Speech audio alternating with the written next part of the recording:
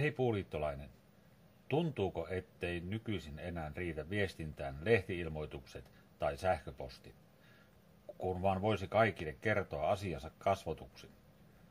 Yhdelle puhuminen onnistuu aika kivuttomasti, mutta kun vastaanottajia onkin monta, alkaako jännittää? Esiintyminen saa monelta kielen solmuun ja ajatus karkaa.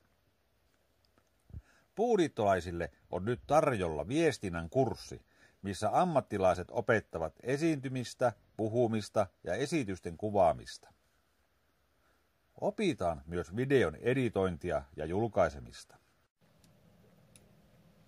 Kun tekniikka tulee tutuksi ja esiintyminen ei enää jännitä, videoklipestä tulee uusi tapa viestiä. Nähdään kurssilla.